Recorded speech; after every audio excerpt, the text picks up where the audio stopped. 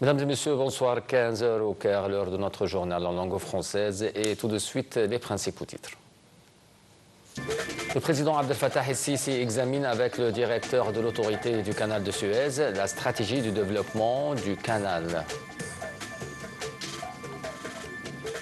Badr Abdelati tient une réunion tripartite avec son homologue grec Giorgos Gyrapetritis et son homologue chypriote Konstantinos Kombos. L'armée syrienne prend le contrôle de villes et d'installations stratégiques du nord et de l'est de la Syrie.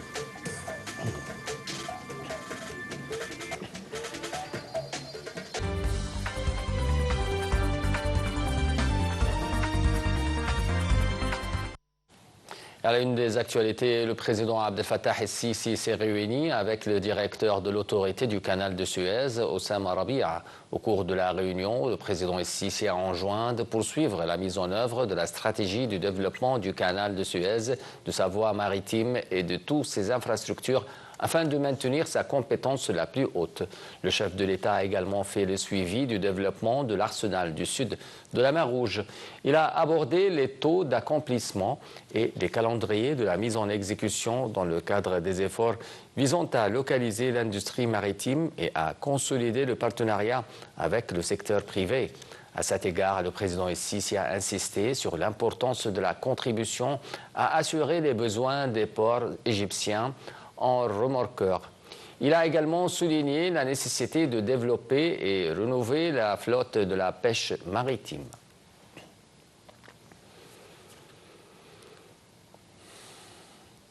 Le ministre des Affaires étrangères Badr Abdelati a souligné l'importance axiale du mécanisme de la coopération tripartite entre l'Égypte, Chypre et la Grèce. Abdelati s'exprimait lors d'une conférence de presse tenue avec ses homologues grecs Giorgos Gyrapetritis et chypriote Konstantinos Kombos à la suite d'une réunion tripartite dans la nouvelle capitale. Abdelati a souligné les directives des directions des trois pays exigeant d'optimiser la coopération dans tous les domaines. Il a indiqué que la coopération entre les trois pays a atteint des horizons plus vastes, en particulier dans les secteurs de l'énergie, de l'interconnexion électrique, de la migration, de la coopération maritime et du tourisme. Abdelati a aussi indiqué que la coopération égypto-grecque chypriote s'est également étendue au dossier de la sécurité, du terrorisme et des parlements. Le chef de la diplomatie a d'autre part souligné l'attachement du Caire à poursuivre les consultations et la coordination avec la Grèce et Chypre dans le cadre du partenariat stratégique reliant l'Égypte et l'Union européenne, ce qui fait consolider la stabilité, la sécurité et la paix dans le Moyen-Orient et dans l'Est de la Méditerranée. Le ministre des Affaires étrangères Badr Abdelati a tenu dimanche une réunion tripartite avec son homologue grec Giorgos Gyrapetritis et son homologue chypriote Konstantinos Kombos au siège du ministère des Affaires étrangères dans la nouvelle capitale. La réunion tripartite a principalement porté sur les moyens de renforcer les relations unissant les trois pays dans les divers domaines. Les trois ministres ont également examiné nombre de dossiers régionaux et internationaux d'intérêt commun. Par ailleurs, le ministre des Affaires étrangères Badr Abdelati a reçu dimanche son homologue grec Giorgos Gyrapetritis. Une réunion consultative politique s'est tenue entre les deux ministres afin d'examiner les moyens de renforcer les relations stratégiques bilatérales et les évolutions régionales internationales d'intérêt commun. Selon le porte-parole du ministère des Affaires étrangères, lors de la réunion, le chef de la diplomatie a souligné la fierté de l'Égypte quant aux liens historiques unissant les deux pays amis et sa volonté de renforcer les relations dans divers domaines. Le ministre des Affaires étrangères a également exprimé son souhait de développer la coopération économique et les investissements bilatéraux, ainsi que d'œuvrer à l'augmentation du volume des échanges commerciaux. En outre, il a souligné l'importance du projet d'interconnexion électrique Grigei entre l'Égypte et la Grèce, qui représente une avancée significative dans les relations bilatérales et contribue au renforcement de la sécurité énergétique européenne et à la transition vers une économie verte. Abdelhati a également insisté sur l'importance de poursuivre le renforcement de la coopération dans le domaine de l'énergie, notamment dans le secteur du gaz naturel.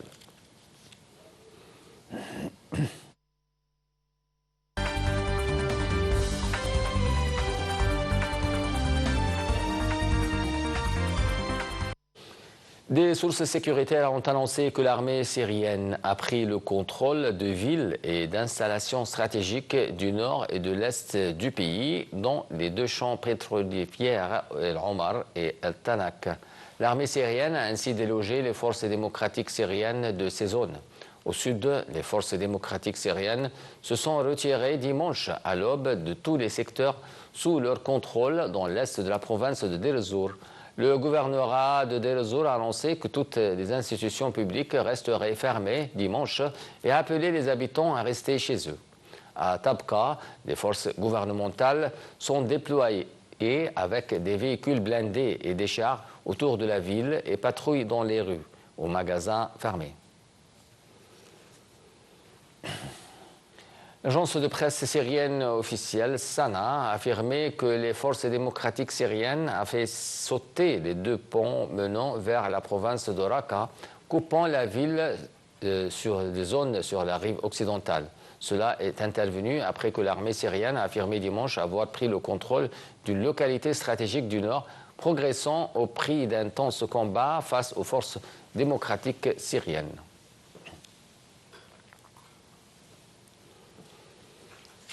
Le chef du Parti des travailleurs du Kurdistan, le PKK, Abdullah Öcalan, a qualifié les combats entre l'armée turque et les forces démocratiques syriennes FDS de tentatives de sabotage du processus de paix initié en Turquie entre l'État et le Parti des travailleurs. Une délégation du Parti démocratique des peuples, HDP, favorable aux Kurdes, a rapporté qu'Öcalan voit dans ces affrontements une tentative de compromettre le processus de paix et l'établissement d'une société démocratique. La délégation avait rendu visite samedi au fondateur du PKK, emprisonné à Istanbul depuis des années. Le 118e convoi de Zaid el-Aizza chargé d'aide humanitaire et de secours pour la bande de Gaza est entré via le portail secondaire du terminal terrestre de Rafah. Selon une source responsable au terminal, le convoi comprend des milliers de tonnes d'aide, des fournitures médicales, de médicaments et de produits pétroliers, ainsi que des fournitures de secours telles que des vêtements, des couvertures et des tentes. Le président ukrainien Volodymyr Zelensky a déclaré que 2 personnes ont été tuées et des dizaines d'autres ont été blessées lors d'une grande attaque de drones menée pendant la nuit par la Russie dans son pays. Zelensky a précisé que des zones dont Sumy, Kharkiv, Zaporizhia et Odessa avaient été ciblées lors d'une attaque au cours de laquelle Moscou a lancé plus de 200 drones. En outre, 3 personnes ont été tuées lors d'un bombardement russe visant la province de Kherson. Par ailleurs, les services d'urgence de la ville ukrainienne Sumy ont souligné qu'une frappe aérienne russe avait touché une zone résidentielle, endommageant 15 bâtiments. De son côté, le ministère russe de la Défense a rapporté avoir abattu 63 drones ukrainiens au cours de la nuit, une attaque qui a fait plusieurs blessés selon les autorités locales. Entre-temps, le gouverneur local de la région de Zaporizhia a déclaré que plus de 200 000 foyers sont sans électricité en territoire occupé par la Russie dans le sud de l'Ukraine après une attaque de l'armée de Kiev contre les infrastructures énergétiques de la région.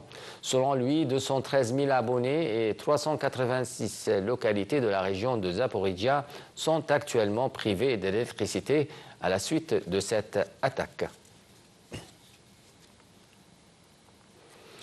Le Washington Post a rapporté dimanche que le Pentagone a émis un ordre plaçant 1500 soldats en alerte en vue d'un possible déploiement dans l'État de Minnesota qui connaît de grandes protestations contre la campagne anti-immigrants. Le président américain Donald Trump avait menacé d'invoquer la loi de l'Insurrection Act si les politiciens du Minnesota ne s'emploient pas à empêcher les manifestants d'attaquer les agents de la police de l'immigration dans la ville.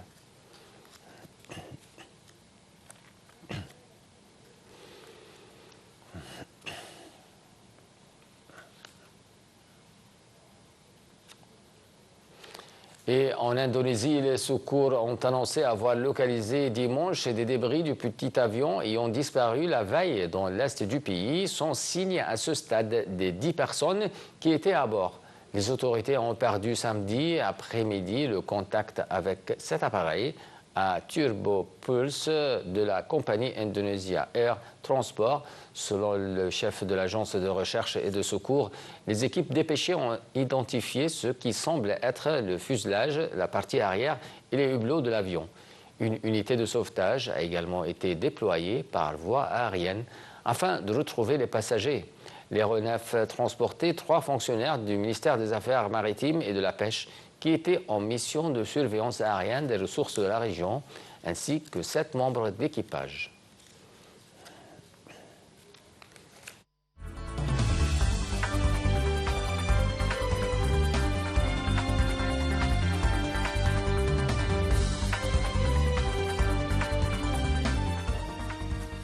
Le président américain Donald Trump a menacé 8 pays dont la France, l'Allemagne et le Royaume-Uni de surtaxes douanières face à leur opposition à ses velléités de s'emparer du Groenland. Cette menace a provoqué l'indignation des Européens qui cherchent du manche une réponse unie à cette escalade sans précédent. Sarah Maghrabi et les détails.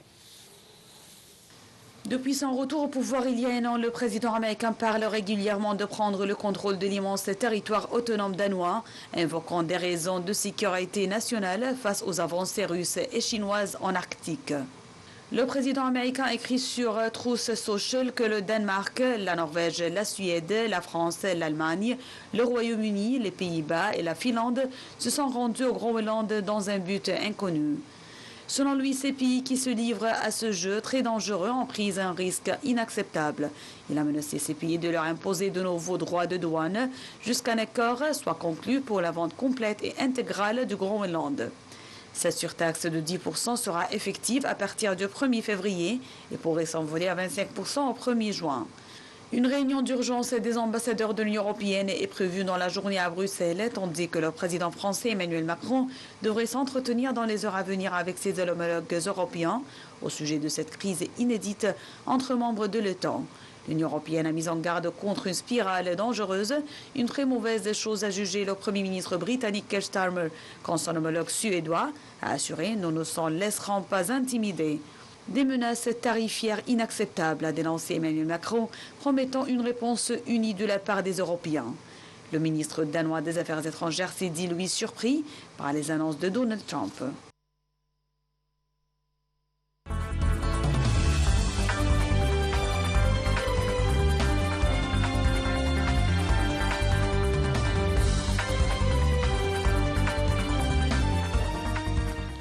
Passons au sport, où l'équipe nationale égyptienne s'est inclinée face au Nigeria au tir au but après un nul vierge lors du match. Avec cette nouvelle, mesdames et messieurs, on vient à la fin de notre journal. Merci de l'avoir suivi et bonsoir.